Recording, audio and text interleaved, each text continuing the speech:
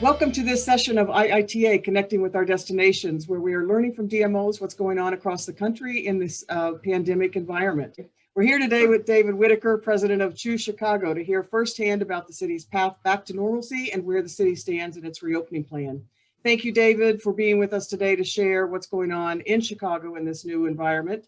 But first, I think there's some congratulations that are in order. Did I just read that Chicago, for the fourth unprecedented year in a row, has received the Best Big City in the U.S. award?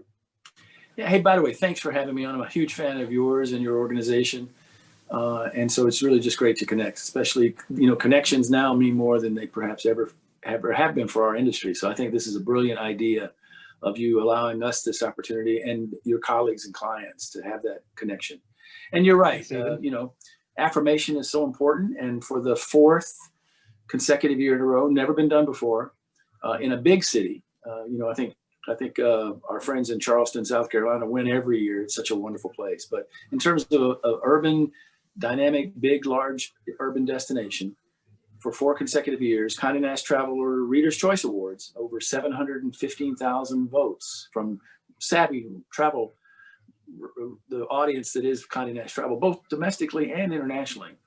When asked what was their favorite, best big city to visit, Chicago won again for the 4th consecutive year. So now a lot has changed since that. The voting was done early this year, even though recently announced. And obviously a lot has changed, but it gives us a lot of confidence that there is a positive pent-up demand and awareness of big cities like Chicago and other big cities in the United States.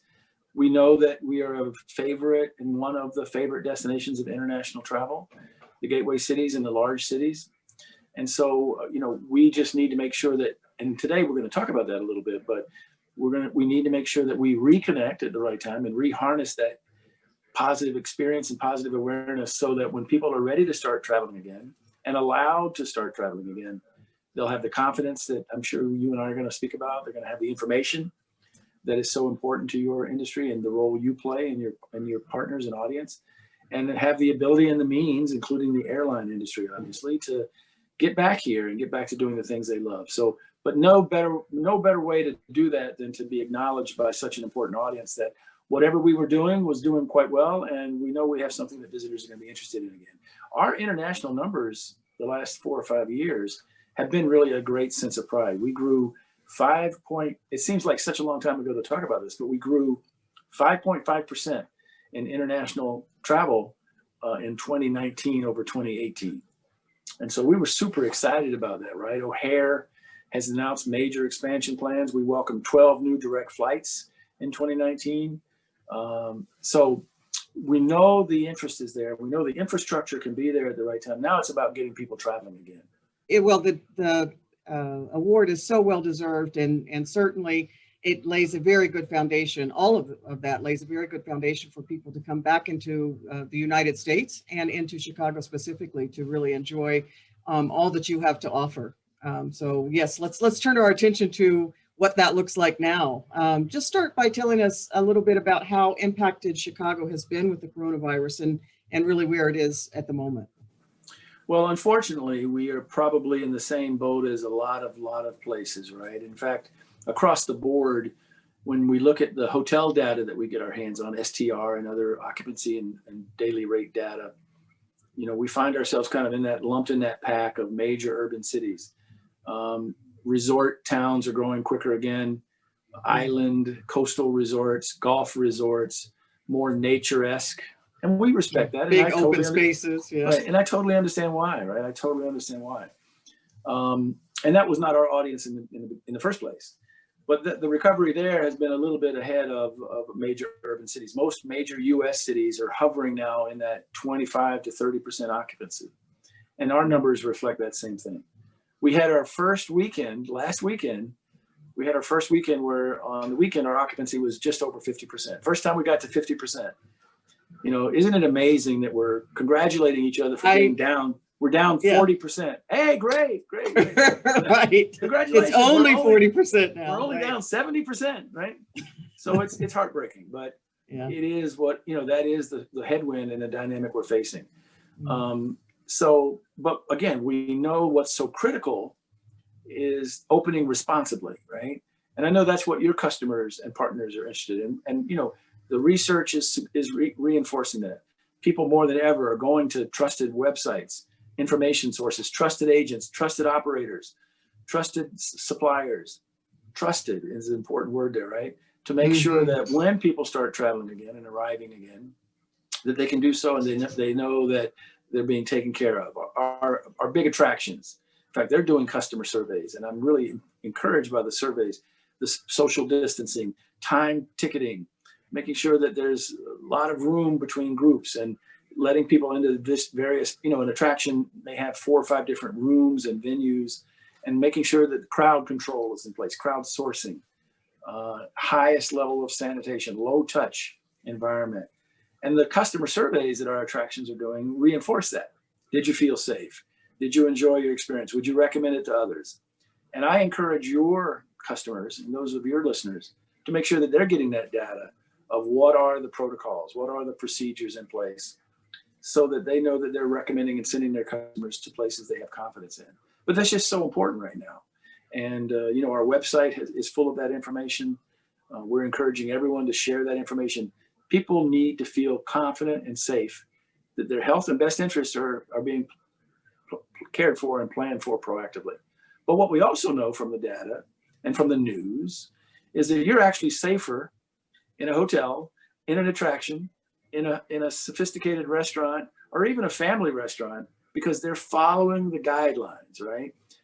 House parties and people getting together on a boat and people gathering without social distancing and without training, you know, that's where all the problems still exist, right? So these rogue events that you're hearing about and reading about. So the hospitality industry is exactly that. We're in the hospitality business, and that means caring for, more than ever, caring for our visitors and making sure their health, safety, and confidence is top of mind. Yeah, it is. It's so important to rebuild that trust in the traveler's mind, because the demand is definitely there. It's just a matter of how safe you can feel when you put your experience into the hands of others. And I think you're right. I think people who are avid travelers, you know, are going to earn that confidence or gain that confidence back a lot faster, perhaps, than the novice traveler, because they just know how people in the hospitality and tourism business take care of them. So could you describe your reopening plan and how you are instilling that confidence on a more consistent and broad-based basis? Well, we created up front back in the summer. We created a coalition. It's what we folks like us. That's what we do. Called Tourism and Hospitality Forward. Over 300 businesses signed on, pledging that they were going to, and we've had webinars, we've had dozens of webinars about parking, everything from parking to the use of technology and crowdsourcing, to training employees, to messaging across the board, right? Making sure that our industry trains and prepares for making, and you know, and I know, and your colleagues who are listening know, the minute you walk into a place, you know if you're feeling safe or not. It's so obvious, right? And so, you know, a lot of that has been baked into the preparation. And then over communicate. You know, moms want to know their children are going to be safe. Couples want to know that they're going to be safe for one another. Families want to know that their elder members of their family unit or their children are going to be safe. So that's paramount of importance to our visitors and customers. So it has to be paramount importance to over communicate that from the supplier side. And so we started that coalition. We've been marketing it accordingly, you know, not overly marketing, come here, you're going to be safe, but making sure that people are educated and aware, because they'll find the information that they're looking for. And so it starts there. Now, again, because of the dynamics, right, we don't have a lot of international travel coming in. So, you know, as a destination, we've had to rely on, but I'll make a connection here, but we've had to rely more on our locals, right? Just like New York and LA and Miami, you know, locals have to get back out again. And our near audience are suburbs for a city like Chicago with such a large suburban area, and our nearby states, Indiana, Michigan, Wisconsin, Illinois. That's been a big audience for us. But what we also know is our international visitors love to go to the same places locals love to go to, right? That's the beauty of destination marketing as the adventurous international travel, especially in urban settings like a Chicago, They're looking for those cool new places in that new emerging neighborhood, in that trending warehouse district that's become an art gallery, et cetera, right? So having the locals be our ambassadors to get back out and get enjoying again and keeping people employed is going to be a big first step and a head start on when we are able to welcome international visitors again. So that's part of the marketing process, but also with an eye toward the future. But clearly, the distribution system, and again, we have a great advantage with O'Hare, and domestically even with Southwest at Midway. But really, O'Hare being one of the handful of busiest airports in the world and in the United States, that's going to give us a natural distribution system. People aren't going to want to be changing flights, 3 connections to get to their destination. There's a great deal of anxiety about that. So we have a lot of direct service. O'Hare is an incredibly large airport, so they've got their plans in place to make sure. And unfortunately, because of the diminution in travel, there is a lot of room for people to arrive safely and get through the airport safely and into the city safely. And then once here, one of the things in an urban city like Chicago, especially one that's condensed like Chicago, it's a very walkable city. So literally, if you're not comfortable jumping in, dozens of cabs or getting in the backseat of strangers, the walkability of Chicago is going to be a tremendous impact. And we're already seeing that, whether it's, and fortunately for us, Riverwalk, one of our most beautiful nature parks right in the middle of the city, the lakefront at Lake Michigan, Maggie Daley Park in Millennium Square, right? So we have some beautiful campus parks, urban settings that are very walkable along the river and the architecture of Chicago and some of our most charming neighborhoods. So we really are well situated to make people feel spatially like they can be safe, but also all the urban experiences, great restaurants. I love it here now. And again, all your friends on this call from Paris, forgive me. But it feels like Paris or Madrid now when we walk outside and all the restaurants have set up outdoor seating and closed the street. And so our city leaders have been very creative. There are several major thoroughfares where we've literally closed the street. Dozens of restaurants have opened outdoor seating with floral gardens and heat lamps now that it's fall. And if you feel like you're in Paris, dining in one of the piazzas or one of the squares. And so that's been a real innovative way that we're helping still have a great, we're such a food town, and it keeps these restaurants operating, but it also continues to provide that great experience for our visitors. How do you see that progressing when things do reopen and you get, a lot of the crowds back in terms of those areas where they've got the streets closed and the outdoor dining? You think that will be a trend that kind of sticks within the city? Yeah, I actually do. I think you'll see that trend across the country, right? A lot of your folks on the call won't remember who Yogi Berra was. He was, of course, famous American baseball player for the New York Yankees back in the 50s. Made some crazy quotes like "It's never over till the fat lady sings" and all those great quotes he's made, right? But one of Yogi Berra's favorite quotes about his favorite restaurant in New York was, "Nobody goes there anymore, it's too crowded," right? So what a great analogy of how do we now, people, whether they're going to go to Disney World or whether they're going to, Fifth Avenue in New York or Magnificent Mile here, this sense now of crowd and being crowded is going to be evaluated like never before. And that may not change after COVID, even after recovery and vaccinations. That sense of personal space and safety is probably going to be baked in for a while. And unfortunately, there may be another challenge down the road.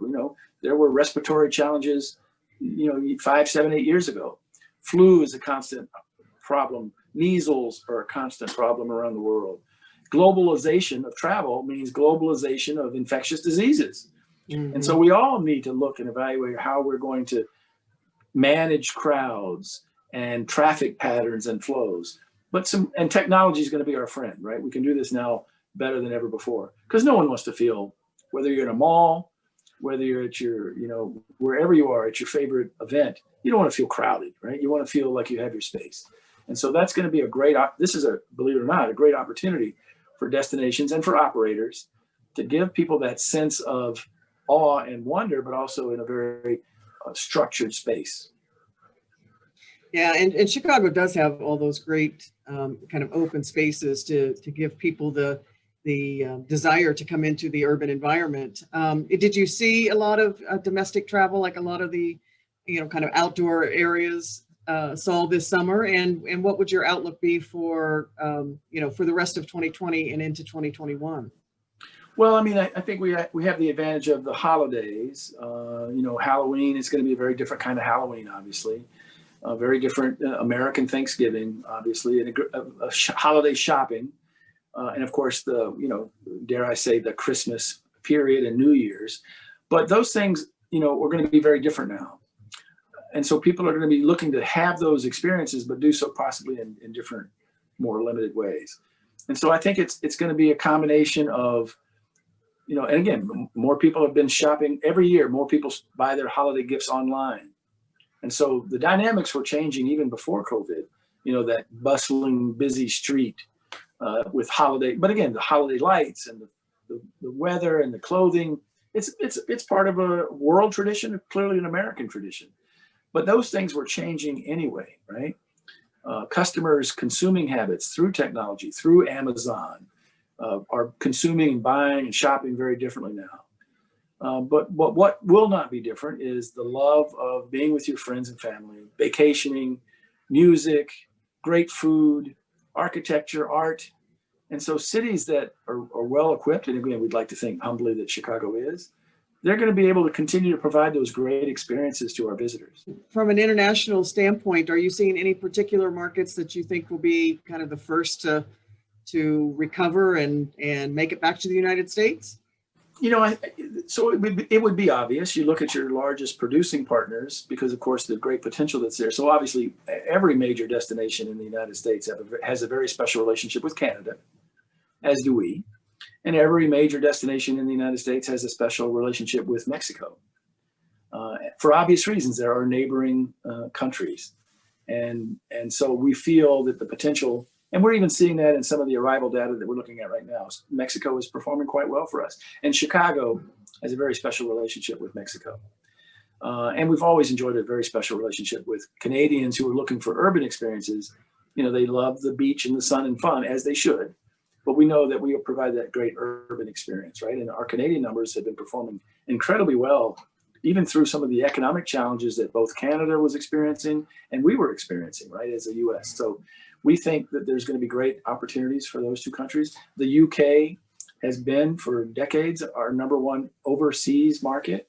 We don't see that changing. The Japanese market is the most incredibly loyal market that we have. It's not growing per se, but it's still, well over, 30,000 of our most valued and trusted customers in the traditional distribution systems in Japan. China is a bit of a question mark, right? I think we're all going to be looking at both the government relationships between the United States and China, the inter-airline relationships, some of the challenges as it relates to the recovery from COVID. So, but again, who can doubt the potential of China? Who can doubt the potential of Asia? I was most excited that some of our European markets were performing so well right before COVID. We were seeing great growth in Germany, great growth in Italy, great growth in France, because it had been sluggish. 3 or 4. It's easy to forget. 3 or 4 or 5 years ago, there were other problems of economic nature, and so we just see a tremendous potential. We also think, selfishly, Chicago was one of those great American cities. The love of American travel and Americana is very different than the political relationships, right? We always known that. Right. And so I feel very confident that the cities that international visitors respect and love and feel safe and welcome in, and Chicago has always been one of those best cities.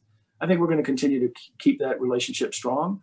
And it really starts with the customers you have on the phone, the distribution partners and the suppliers and the wholesalers and the buyers and the influencers, because they are our bread and butter. Now we're already doing, working with Brand USA. We're on these, they're doing a lot of virtual orientations, updates and trainings and webinars, use of technology. And we're going to be relying on you and your association to continue to educate us about what opportunities and when and how we can start welcoming people back in a mass way again. Yeah, we're certainly hearing that through our inbound operators, that their customers, their partners overseas are talking about the pent up demand, the anxiety of their customers to kind of get back into the U.S. and that's why they want to know what's really happening over here, and keeping their finger on the pulse of what's happening throughout our country. What are the expectations you might have for meetings and conventions? We're hearing a lot more about leisure right now in terms of that pent up demand than we are for the business side of travel. Yeah, I think the bottom line for me today, and maybe it changes a month from now, is uncertainty, right? And uncertainty is never good in our marketplace. But there's just so much uncertainty, state by state, convention center by convention center.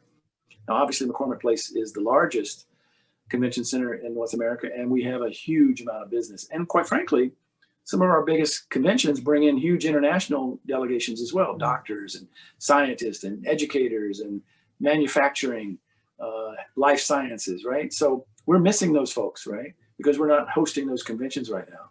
There are still across the board rather significant travel audience ban restrictions. Same thing that why our football stadiums are empty and our baseball fields are empty and our basketball stadiums are empty, even though there are games being played. So, unfortunately, there's still a great deal of uncertainty. We're busy while we have this time totally reimagining what McCormick Place looks like for hosting a trade show. Aisle configurations, low touch registration, health and safety standards revisited, virtual components, hybrid components. And so you'll see a lot of the technology that was going to be required anyway to now be at the forefront of helping us welcome people back to conventions. All the research is suggesting, whether it's generating leads, closing the sale, developing new relationships, that's almost impossible over a Zoom call, right? And that face-to-face interaction is going to be critical. And so we know the demand and desire is there. We just have to make sure that we work with our state and local health officials to make sure that whether it's significant advancements on rapid testing, I think rapid testing, whether it's Disney or whether it's Mall of Americas or whether it's the McCormick Place, are going to a concert. Rapid testing, let's see what happens. But I know a lot of people, a lot smarter than me, are looking at rapid testing and making sure that at the right time we have an ability to determine quickly whether it's safe for you to come in our building and or into our venue. And I think that will be a game changer. Yeah, I think so too. And it can't happen fast enough, because I really think that people will be traveling as soon as that is available. Absolutely. So I appreciate your time, and I guess just to wrap it up, is there anything that you would like to say to our inbound tour operators and international partners as we prepare for the future and the return of these international visitors to our country? Well, again, I want to just say I know what challenges they must be facing, and so my heart goes out to the economics, right, of our entrepreneurs who are in this. And the challenges they're under. And we want to be solutions for their challenges when it's time again to start moving and traveling people around the world and into the United States and into Chicago. But that empathy, it has to start with that empathy. Secondly, though, it's an appreciation of the professionalism that's going to be required and the laser focus to make sure that we all work together to make sure our visitors, their customers, our customers are confident and safe in traveling again. And I think we have a tremendous opportunity to work together. I think we also have relationships that will serve us well. And then our ability to then connect to the travel product, right? Whether that's the hotel or the attraction or what have you. So we all have important roles to play and respect for one another. It's just a matter of making sure that we overly communicate and build this coalition back to reopening travel. It's such an integral, 1 in 10 jobs in the United States is supported by travel. We know the economics of travel. And so we just can't wait to get back at it. And it's going to start in drips and then a sprinkle and then a stream and then hopefully a flood. But if we do this right, and if we do it in conjunction with common sense and good practices, smart marketing and relationships that matter and trust, I think we're all going to be able to work together.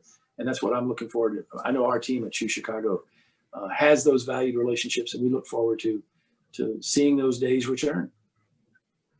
That's great. Thank you. I appreciate those words of wisdom, David, and I appreciate your time. and also your leadership. You and Choose Chicago have done so much for our country and for travel and tourism and for our organization specifically. So again, we appreciate your partnership and your membership, and look forward to talking to you again soon. I hope to see you in Chicago very soon. Well, you're always welcome here. And a shameless plug for all of your colleagues, go to choosechicago.com. It's the source for a lot of information, especially what's open, what's reopening, and some of the updates that we can help you find there. So again, my very best wishes to you. Thank you for your leadership as well and your association. And thank you to all your partners. Thank you. Gracias. Merci. Obrigado. Shishia. Thank you to our international partners. We would not be where we were without them, and we won't be able to recover without them. Thank you. Appreciate it, David. Thanks, everyone. We'll see you next time on Connecting with Our Destinations. Thanks so much. Bye-bye.